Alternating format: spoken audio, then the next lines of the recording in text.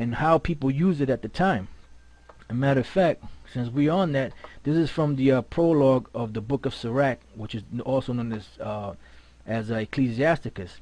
It says, "Wherefore let me entreat you to read it with favor and attention, and to pardon us, when we may seem to come short of some words, which we have labored to interpret. For the same things uttered in Hebrew, and translated into another tongue, have not the same force in them. And not only these things, but the law itself, and the prophets, and the rest of the books have no small difference when they are spoken in their own language." Alright, that's why we have this here now. It says the major result of the literary work of the Hebrew intellectuals along the 19th century was a lexical modernization of Hebrew. New words and expressions were adapted as neologism. From the large corpus of Hebrew writings since the Hebrew Bible, or borrowed from Arabic, mainly by Eliezer ben Yehuda, which is where we get the Yehudi from, and Aramaic, many new words were either borrowed from or coined after European languages, especially English, Russian, German, and French, which some of these areas had a lot of them Khazars in there. Modern Hebrew became an official language in British-ruled Palestine in 1921. So this Hebrew that you're speaking today is not Hebrew. It's not the Lashon Kodash. It's nothing but a amalgamation or a bunch of stuff that was compiled together by beginning with this guy Ben Yehudi, which was one of the forefathers of Zionism. All right.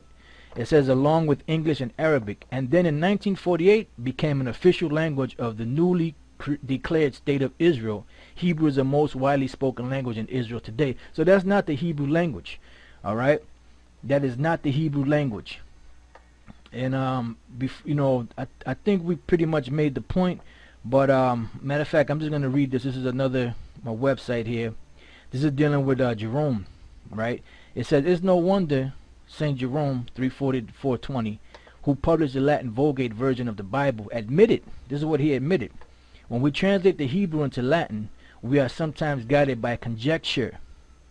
Furthermore, John Leclerc, 1657 to 1736, a Swiss Protestant theologian and scholar, even went so far as to maintain that the learned merely guess at the sense of the Old Testament in an infamy of places."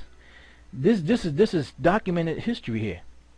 This is in large part because of the ancient Hebrews' failure to write down their vowels and of the language subsequently falling into disuse, and the adding of the relatively modern vowel points by a few belated Dark Age rabbis in order to make up for this deficit naturally casts very great suspicion and doubts on how the Hebrew vowels were originally sounded and used. It says, verifying the recent appearance of these vowel points, the renowned J. Patterson Smith, that's talking about them little dots and dashes that you see in the Blue Letter Bible and the Masoretic text of the Hebrew. Verifying the recent appearance of the vowel points, the renowned J. Patterson Smith, B.D., LL.D., Lit. D., and author of several books on the Bible, maintained that their marks are of comparatively modern date, certainly not older than about 500 or 600 AD. And he added, "We can imagine then what a sensation was produced when Elias Levita, a very famous Hebrew scholar about the year 1540, proved to the world that these vowel marks were not in existence for hundreds of years after the time of our Lord. Of course, this caused some controversy at the time, but Dr. Smith concluded that no scholar now thinks of doubting the comparatively recent origin of the Hebrew vowel points. Nobody today knows for sure how the original Hebrew was pronounced, regardless of the tales commonly propagated about the Jewish rabbis carrying on an accurate oral tradition for thousands of years. This is something that they've been pushing so much that the people just accepted it because it's part of the doctrine that they teach you in these schools. Our knowledge of the evolution of languages would almost certainly deny the likely possibility of such. If old King Solomon were to walk through Jerusalem today and hear the Hebrew spoken there now, he would probably stop in astonishment, listen in amazement, shake his head in bewilderment, and finally conclude that he must be in a foreign, I guess it would say land, which I didn't catch the rest of it, but you brothers can go to that website and get the rest of it. If King Solomon was alive today, he'd be killing them motherfucking so-called Jews, man. All right. So that's the point on that. Now this the reason. This is the reason why the Most High said this.